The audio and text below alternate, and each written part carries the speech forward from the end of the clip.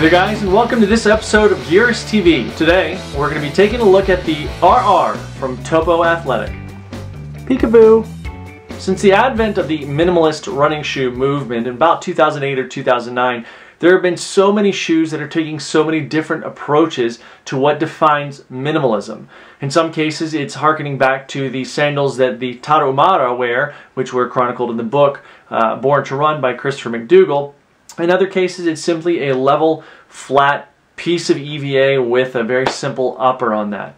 Many different companies have come in at many different ways, and one in particular has probably stood out, again, because it came in that book, Born to Run, and that was the Vibram Five Fingers. Well, now the man responsible for Vibram Five Fingers, Tony Post, has gone and formed his own company, also known as Topo Athletic. And today, we're going to take a look at that RR, which is a racing flat from the new brand Topo. What's really great about Topo is it's not just coming at things from a let's build what looks cool, let's build what, happens to fall into most current fad or what have you.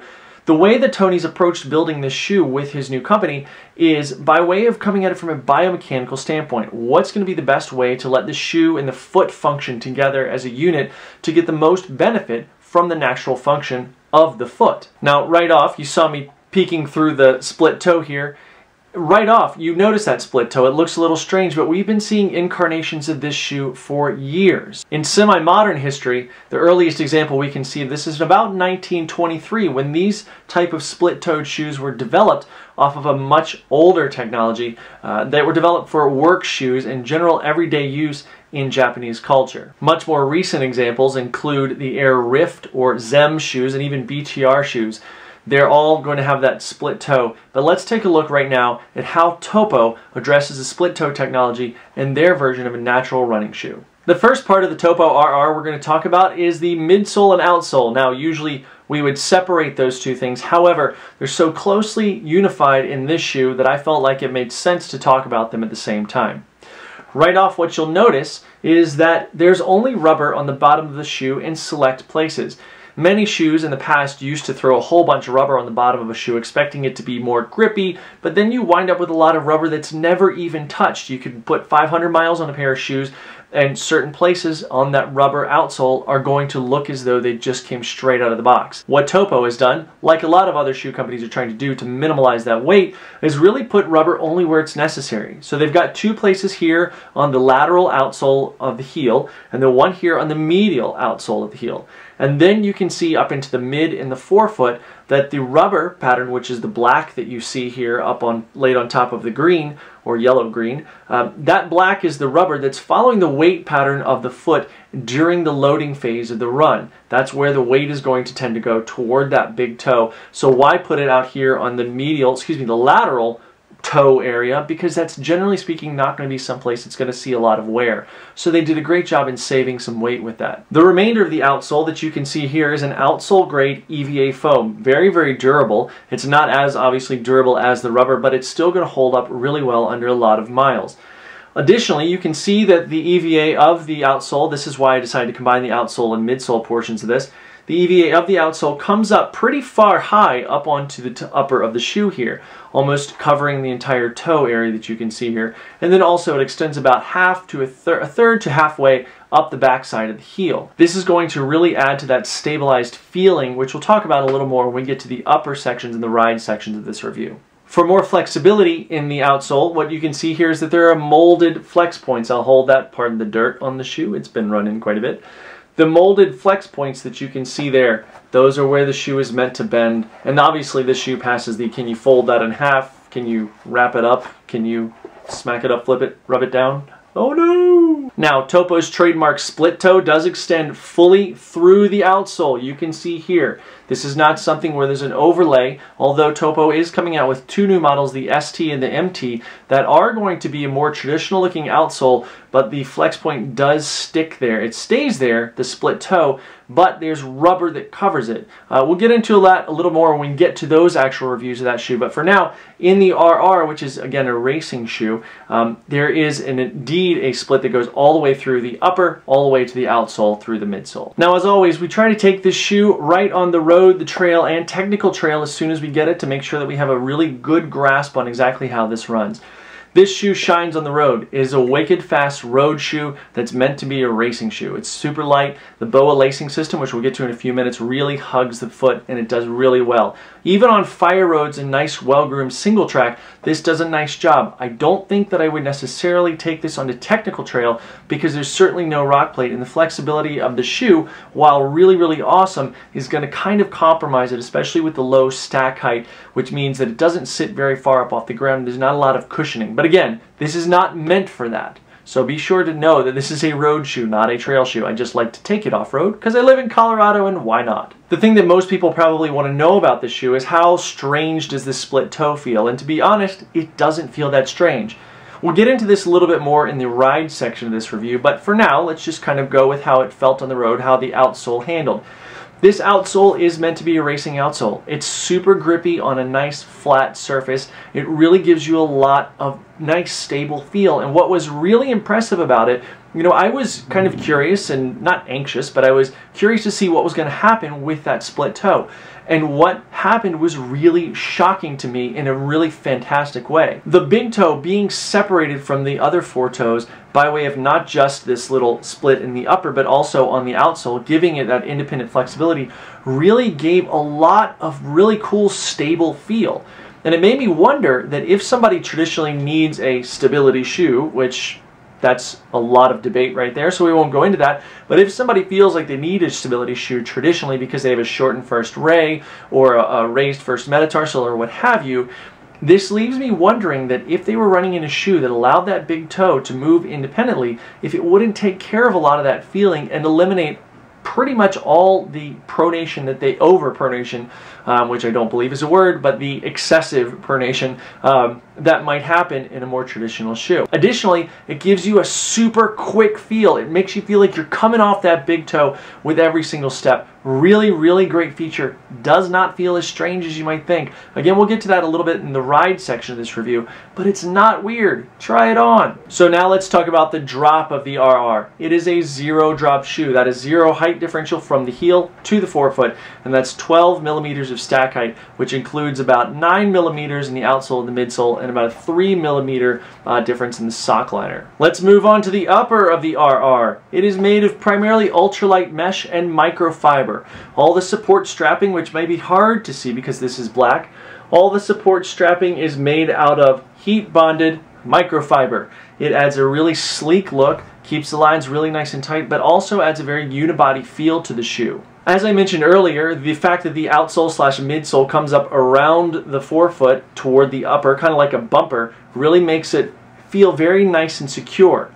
The heel counter, whilst not very stiff that much, it's a little stiffer toward the back end, functionally does a nice job because it ties in well into the collar and into the throat, which features this BOA lacing system. Now, let's get into the BOA a little bit.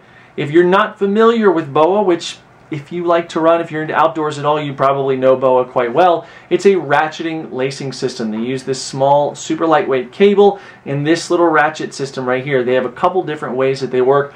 This particular one, the way that it snaps, and there we'll show you the logo of BOA.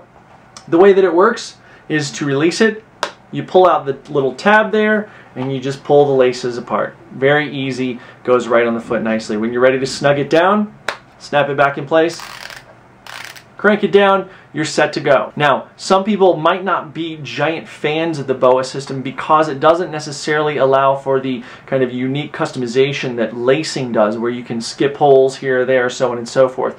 But keep in mind that this is a racing shoe. This thing is meant to go on your foot, to be snug to your foot, and to really be one with the foot. That sounds very Hare Krishna, but whatever. The BOA is a great addition in my opinion. It really works well with the kind of ethos of this particular shoe, and I really like the BOA system. I've got it on 3 or 4 other different models of shoes that I've tried, and really, really like it a lot. Now, there are a lot of people out there, myself included. I have a longer second toe than a first toe, so my big toe is shorter than my second toe. Not by a ton, but by a little bit. Now, what I was kind of worried about, and we'll talk slightly more about this in the fit section of this review, what I was a little worried about was what size to go with. Typically in running shoes I wear a size 11, but in a shoe like this, where I'm concerned that it's going to need to be a closer fit so that the webbing of the split toe falls in the right place, I'm going to go with the 10.5 because I like the 11 because it lets my foot really expand well, But in this particular shoe, I thought that the 10.5 would work better for me, especially since I kind of fall in between the two. When I got in the shoe, I was definitely aware that sometimes, especially when I was on descents or something like that, I was aware that my foot was very close to the end. I didn't feel jammed in there, and it wasn't at any point uncomfortable, but I was definitely aware that I was right up against, or very close to up against, the front of the shoe. The interior of the upper is actually really nice. It's kind of microfiber right up here around the collar, as you can see, and it extends to right about the metatarsal heads. So then comes the lightweight mesh up front. It breathes really well. When I did run in this sockless, I again prefer socks, and I wear Injinjis a lot or split toe socks a lot. When I did run in this sockless, I had no problems. After about 10 miles on one run, I did get a little bit of a hot spot right over the navicular, which is a bone kind of on the medial side of the instep, right up in this general area, which is one of the places where the lacing kind of is braced, and that may have been causing that hot spot. It didn't result in a blister or anything, but it was definitely a hot spot. And again, it was only after 10 miles, and doing runs that long with socks on in the shoe, there was no problem whatsoever. So let's talk about the fit. As I mentioned just a minute ago, if you're in between sizes, or you feel like you could at all be in between sizes, which let's face it, most of us probably are depending on the brand, it's well worth getting a couple pairs of these on your feet to make sure that you're going to fall in the right spot. If you're getting something that's going to be too large, then the split toe portion of this is going to fall well outside of where the webbing of your foot actually occurs. However, if you're getting something that's a little too small, then maybe that would put pressure on the webbing of your foot, which is not comfortable. The interior of the split, which you can see there, is kind of an elasticized mesh. You don't really even notice it, especially if you're someone who likes to wear split-toed socks a lot anyway. In terms of space, the shoe really provides what you want from it. There's a lot of mid-foot area, there's a lot of forefoot area, especially if you want to leave the BOA lacing system a lot more loose. It's really up to you. Again, the BOA is not going to allow you to tighten down here but loosen up here and so on and so forth, but it will allow for a lot of room, a lot of play in terms of what's looser or tighter. So it provided my foot, which is distinctly average, provided my foot with plenty of room to be in there to move around and display as I would want it to. So let's talk about the ride. Now, I feel like a small caveat might be in order here, and I said this in our written review too. That caveat would be that if you're looking for a shoe that's going to throw a whole boatload of cushioning your way in the manner of putting giant chunks of foam under your foot, this is not that shoe. It's not. In fact, most minimalist shoes are not going to be that shoe. However, if you're looking for a shoe that allows for the functional cushioning that your body naturally provides, this is going to be a great option. Again, there's a little bit of a midsole / outsole that's going to provide cushioning, about 9 millimeters plus the added 3 millimeters of the sock liner. But the functional cushioning that this is going to provide by making sure that you don't land way out in front of yourself, I take that back. Not making sure you don't land way out in front of yourself, but encouraging you to land much more under your center of mass.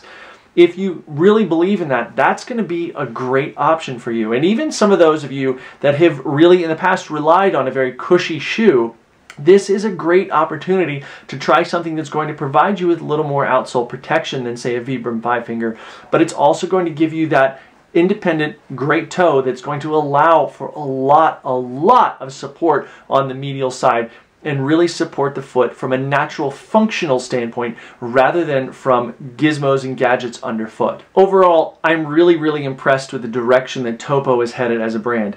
Having seen the RR and run in it, having seen the RT, which is the training model of this shoe, and having seen some of what Topo has in the pipeline with the MT and the ST, the Mountain Trainer and the Speed Trainer, I'm really impressed that they're coming at it from that biomechanical standpoint of let's see what's best for the runner and how best can we optimize what we've learned in the past from either historical standpoint like the Tarahumara or the Japanese tabi shoe, which is what this split toe thing started with, or based on modern things. How does the body function when it's in a more deformed, which all of our feet are deformed sadly, a more deformed Western foot? How can we work with that to allow for natural function of the body to provide the cushioning, the speed, and the stability that we really want to see out of all of our feet? As I mentioned, Topo does have some models about to roll out the door with the MT and the ST, but if I were you, I would get to this original thing. Try on one of their shoes with the split toe. If you're looking for a racing flat, try it. Try this thing out. You won't be disappointed, I promise you. It's a really whip-fast shoe that's going to really give you a lot of that just jump off that big toe, and that feeling is really, really cool. Is this shoe going to be right for everyone? No. No shoe is. Is that split toe going to be something really, really strange in between your toes? No. For me, it wasn't. If it feels strange to you, it'll be strange for all of 30 seconds until you realize that it doesn't make a functional difference in your foot. This is going to be a really lightweight shoe, nice racing flat, that I think a lot of people are going to enjoy. Definitely check out all the shoes from Topo. It's a new brand that's been on the market not that long, and they're really approaching things from the right direction. Also, added bonus, you're hearing this the first time now.